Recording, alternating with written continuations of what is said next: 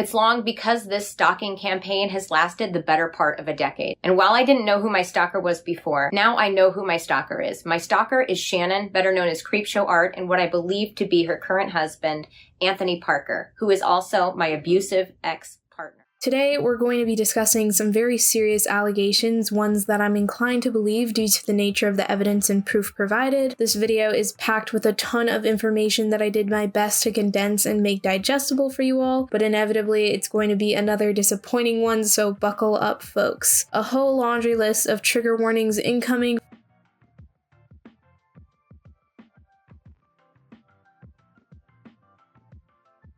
Like I said, this is a heavy one. I advise you all to take frequent breaks. If taken in strides, we can shoulder this together. Hi guys, gals, gays, and MBAs. Did you notice I changed the intro? Do you? Isn't that clever? MBAs, like, it's MBs and bays mashed together.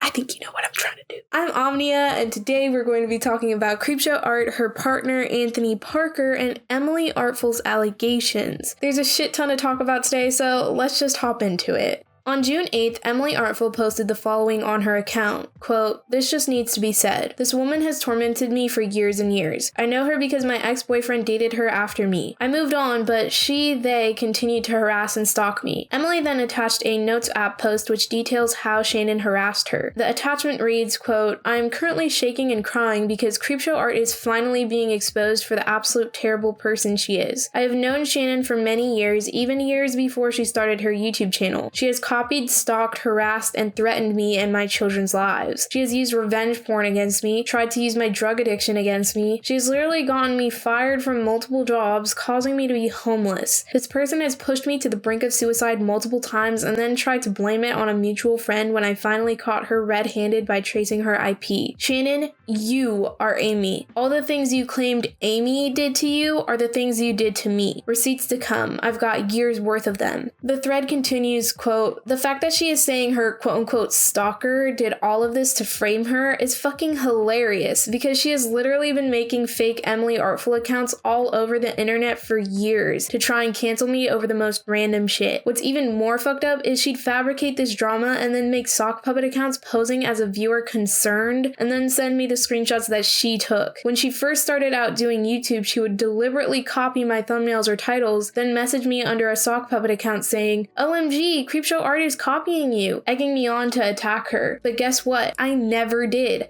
I very politely asked her to maybe change her title, but also said it's her channel and she can do whatever she wants with it. She was very nice in response and agreed to change it. Mind you, I still had no idea who she was at this point. Then I guess she went on to Lolcow to claim that Emily Artful is bullying small creators, with zero proof because, as I said, I was very polite. Then she would screenshot that post and sent it to me under another sock puppet account. I didn't put two and two together for a long time. This thread sparked a lot of controversy and piqued a lot of people's interest for the sheer fact that Emily was actively painting Shannon out to be someone who was much more malicious than just a simple backstabber or shit talker. It painted her out to be a liar, manipulator, and even a stalker who used her harassment campaign targeted towards Emily as a story time in order to gain sympathy from her audience, which is just lower than low.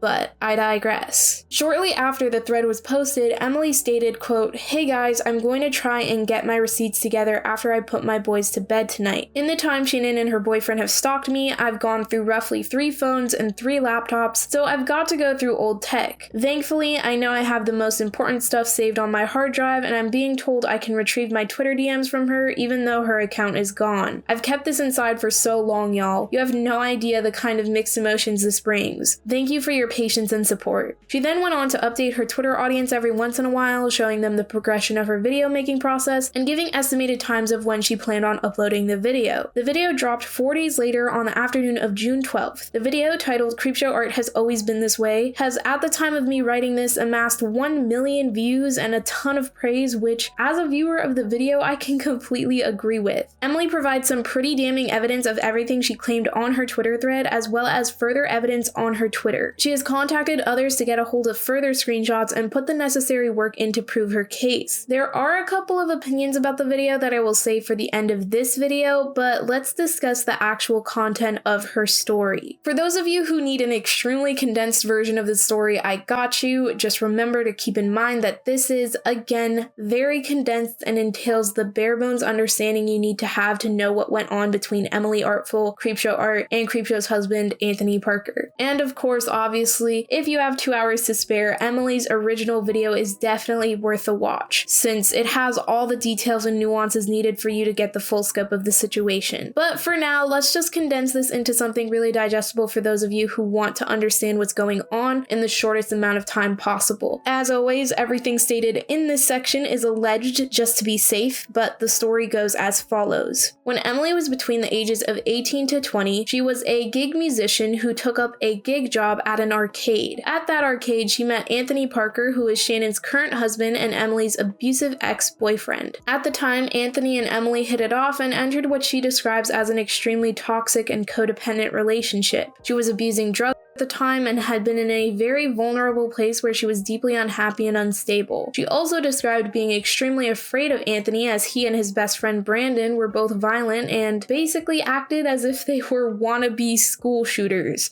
which yikes. Moving right along. Anthony had also been cheating on Emily, but he broke up with her because he felt as though she was flirting with a friend of hers, which she had stated was very openly gay. However, Anthony and his friend Brandon thought it was something more, causing them to threaten Emily and shame her for ever commenting positively under their photos. God forbid we hype up our gay friends, am I right? Emily tried reaching out to Anthony by going to his workplace, but he hadn't come into work that day, so she sent him one last message and the relationship ended. However, later down the line, Anthony was starting to perform his music professionally and had asked Emily to work with him on one of his tracks. This is where Shannon comes in, because Shannon had her vocals on one of Anthony's tracks. However, Emily made a negative comment about Shannon's voice, saying that it was weak and wasn't nearly as good as hers. Despite Anthony's slightly negative reaction, he still decided to use Emily's voice on the track instead. Emily speculates that this is what set Shannon off to her initially and led to her obsession with ruining Emily's online reputation as well as her personal life. Shortly after this incident, Emily started noticing an increased volume in negative comments on her YouTube channels and social medias, as well as an increased number of Facebook friend requests. She was also phished and had her Facebook account hacked from an unknown login with an IP address leading back to Anthony. In an attempt to regain access to that account, she asked the phisher to relinquish her account as there was explicit content on it, specifically compromising photos of her when she was a minor, essentially CP. Instead of giving her back access to that account, the phisher insulted her, called her a liar, changed all the information on the account so there was no way for her to retrieve it, and compiled a bunch of these inappropriate photographs into a photo bucket account to taunt her, send photoshopped nudes in order to mock her face and body, and attempt to trigger her eating disorder tendencies. This incident caused Emily to beg for the phisher to give her account back, noting that the harassment was 24/7, causing her to contemplate real-life game over. She also attempted to get a regular job to distance herself from this, but as soon as Anthony found out about this, he posed as a regular client of the business and sent her boss a compromising video of her to get them to fire her, which, according to Emily, was successful. She lost this job due to Anthony's harassment, causing Emily to be homeless for a period of time. However, Emily was able to regain her footing on life again, met someone new, moved in with them, and obtained a restaurant job in a different location. However, as is a pattern throughout her experiences with Anthony, Anthony impersonated one of Emily's Facebook friends, added Emily as a friend, and tried to figure out where she was working. Emily quickly figured this out, blocked them, and told the friend he was impersonating to report his account to have it taken down. She also obtained a side gig as a makeup artist, but had lost a big client due to Anthony posting a false negative review about the hygiene of her brushes. Because of this, Emily felt as though she had no place to hide and stopped posting online for a period of time. At this point, Emily had finally began to remain sober without relapse and had described doing lots of therapy, healing, and had worked really hard to improve herself. This is where she began her YouTube channel, which she describes with a lot of passion and love. She felt that she built a very nurturing community through her art and said very endearing things about her time on YouTube. It was super wholesome, 10 out of 10 recommend watching that part of the video in particular. A few months after Emily created her channel, creepshowart shows up on the scene. Emily described negative stalker comments appearing again in her comment section, but didn't know who it was or what motivated them to do it. At this point in the video, Emily begins to show screenshot evidence of a sock puppet account named Brianna Lang, egging her on to contact creepshowart, her first conversation with Shannon where she asked her to change the name of an art series that she had thought was copied from her, Anthony accusing her of buying 100,000 views for a video that performed well, as well as a sock puppet account named Aja or Not Viral Emily parroting his words, a sock puppet account named DatBoyXD harassing her over befriending the Rewired Soul, who was a problematic YouTuber at the time, doubting her sobriety and accusing her of being a terrible mother to her firstborn child. There were also Snapchat messages from an account named Kilgore Trout who tried to intimidate Emily by going to a well-known area in her city and convincing her they may go to her house and harm her or her family. Another sock puppet account named Britta Filter came out and DM'd Emily, stating that all of the harassment, veiled threats, and stalking she had faced over the past 5 years was at the fault of a minor. This Britta Filter account stated that this minor had bathtub photos of her, videos of her crying over the fact that she lost her job due to revenge,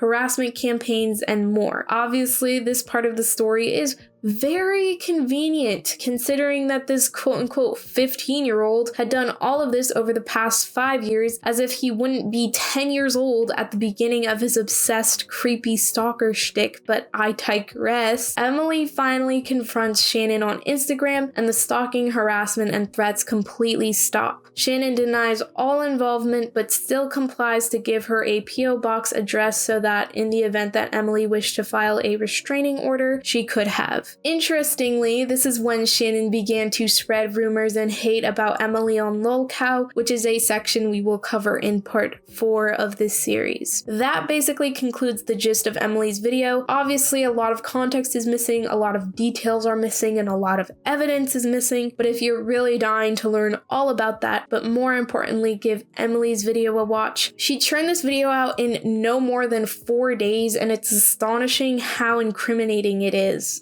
I have so many thoughts about the whole thing and it's tearing me up inside, but we can get into that sort of thing near the end. More importantly, let's outline a few of the things Emily accused Shannon and Anthony of doing. Emily accused Shannon and Anthony of a multitude of different things, including, but not limited to, hacking into her Facebook account and using compromising, inappropriate photos of her when she was 15 to taunt, mock, and threaten her, body shaming her in order to trigger her eating disorder, getting her fired from her job by using revenge porn, ultimately causing her to be homeless for a period of time and leading her to feel suicidal, leaving fake negative reviews in regards to her online gigs to lose out on clients, choosing to be homeless in order to save on rent, not because there was any real struggle or imminent need to be, accusing her of buying views and subscribers for her YouTube channel, using sock puppet accounts to harass and intimidate her over tweets that she made, specifically Aja or Not Viral Emily, creators that she befriended, such as the Rewired Soul, and the state of her sobriety, specifically DatBoyXD or XD_DatBoy. Her while she was intoxicated and under the influence of accusing her of trying to kill her child twice and being an abusive or neglectful mother, lying about the contents of her videos and her intentions regarding said videos, blaming all of their behavior on a made-up minor to avoid taking accountability for anything they had put her through, and lastly and most troubling, driving Emily to the brink of suicide due to the harassment they inflicted upon her. Which is an extremely long list, but according to the evidence Emily provided and her overall credibility thus far, I don't doubt is warranted. It's no doubt that many of these accusations are extremely troubling and incriminating towards Anthony and Shannon, and if true, are definitely cancelable offenses. And I mean this in the kindest way possible. I obviously don't condone cancel culture in any way, and I am of the belief that people can grow and learn from their mistakes, but considering the accusations that are being levied against creepshowart and her partner right now, some of this stuff is legitimately illegal. And if Emily ever brought this to a court of law and they found Shannon and Anthony guilty of this stuff, the two of them could genuinely face time behind bars, and I'm sorry, but at that point, your platform is the least of your worries. As I mentioned earlier, I have a lot of thoughts about the entire situation. For one, my initial reaction was a theory, which I detailed in this tweet here. I stated 2 days after Emily's initial Twitter thread, quote, "Okay, might be a controversial take, but I'm confident in this. Creepshowart never had a stalker. Amy is supposed to be a play on the name Emily. Shannon stalked, harassed, and basically terrorized Emily Artful for over 8 years, then flipped the narrative. She made her 'I was stalked for 8+ years' story time about the things that she did to Emily, and used that to gain sympathy as well as an easy scapegoat to all of the things she did on Lolcow. Everything lines up a little too closely. I'm high-key shocked right now, awaiting Emily's video." Underneath that tweet, Emily actually corroborated this theory by stating, quote, "I'm very convinced of this myself." She further reiterated this theory once her video finally dropped on the 12th. I think it's funny that she picked the name Amy. I think she deliberately picked a name that was very close to mine so that if I ever came out with allegations, she could be like, see, I even chose Amy because it sounds like Emily. And of course, she picked all the things that she did to me. So then I couldn't even come out if I wanted to, because then it would seem like I was copying her instead of her copying me. So, as far as I'm concerned, I'm willing to stand by my theory for the time being, as most of the evidence points towards that being the case. After watching Emily's video, however, I also had more extended thoughts about the entire thing. For one, I was deeply disappointed and sickened by the evidence Emily provided. I'm sorry, I don't think anyone can confidently tell me that the screenshots Emily has detailed in her video is refutable, because, it's not. She has an abundance of evidence and has even been working on collecting more in light of the situation. To this day, she is still compiling evidence on her Twitter from different sources, signal boosting users who have found alt accounts on Creepshow's TikTok, and more. The one weakness that I may identify in her video, which genuinely isn't really a weakness, more so an observation, is that the more heinous things that Emily had to endure were mostly at the hands of Shannon's husband, Anthony. And obviously that's in and of itself one thing to be the main aggressor, but it's another thing to be associated or closely tied to that aggressor. Assuming what Emily has detailed is true, that would make Shannon a passive bystander to everything Anthony has done to her, including sexually violating her and intruding on her privacy. And that's, again, assuming that Shannon didn't even participate at all, which, judging by the evidence and video provided, that's highly unlikely. This is obviously just my opinion, but I genuinely think the evidence provided incriminates Anthony more so than it does Shannon, but Shannon still did and does play a significant role in the abuse Emily detailed, and my heart wholly and unequivocally goes out to Emily. The bravery this requires is astounding, and I'm really glad she found it in herself to stand up and do anything she could to take care of herself and her family. It's so commendable, and I can't imagine ever having to go through something similar. Now, expanding on my previous sentiments on cancel culture, I stated on Twitter, quote, "Creepshowart's career is 100% over. I got to go. This is insane." I made this tweet after watching Emily's video on her experiences with Shannon and Anthony, but I still think this holds true. One thing that Emily stated in her video that really shook me was this clip right here. As you can see, there is a pattern of behavior. Anytime I experience even a modicum of success, he just has to destroy it. He has to attempt to crush my motivation. That seems like their main goal is to absolutely crush my motivation and get me to stop doing the things that I like and that I love. Any good thing that happens to me, they have to find out, hack my email, my Facebook, find out what's good in my life and try to ruin it. Relationships, YouTube, anything, my income, they just don't want me to succeed. And this seems to be a pattern. But I still stand by my claim. Creepshowart will not be able to bounce back from this. This will always be a stain on her reputation, and I personally don't think anyone should be upset by that. The truth always comes out no matter how much you lie. Also, a mini side update, Creepshow has been continuously deleting videos. Even yesterday, she deleted another 300,000 views off of her channel. While we don't know exactly which videos she's been privatizing, we are aware that she's been deleting story times and old sketchbook videos. This whole situation really is insane, and I'm just both really upset and hurt by all of this. I don't know what else to say here, just hoping that we all receive the closure we need after this situation. One thing's for sure is I'm definitely gonna have trust issues after this for a long ass time. As for what I'm planning on doing for this series moving forward, I already have an idea for what I want to do for part 4. A lot of people in my latest comment section indicated that they are still very interested in how other creators on Twitter have reacted to the allegations and may make that video in a part 5, or if there are any other updates, you can count on seeing that in future additions to this series. For now, there is already an idea that I have set in place for part 4, so stay tuned for that whenever I'm able to put it out. Until next time, that's all from me. Thank you as always to all my wonderful patrons. Thank you to all of these amazing individuals for pledging, with a special thank you to all of my incredible newcomers, Maria Sweeney, Damara Cap, Nady Blazani, and Sebastian Lurking. You are genuinely making my content possible. Thank you so much again. If you would like to support me on Patreon, the link is in the description below. Last but not least, a special thank you goes out to Harsh Opinions 44 on Twitter for this incredible fan art of me, Kai, and herself. It's so wholesome. Much love to you always, Harsh. I'll catch y'all next time. Bye!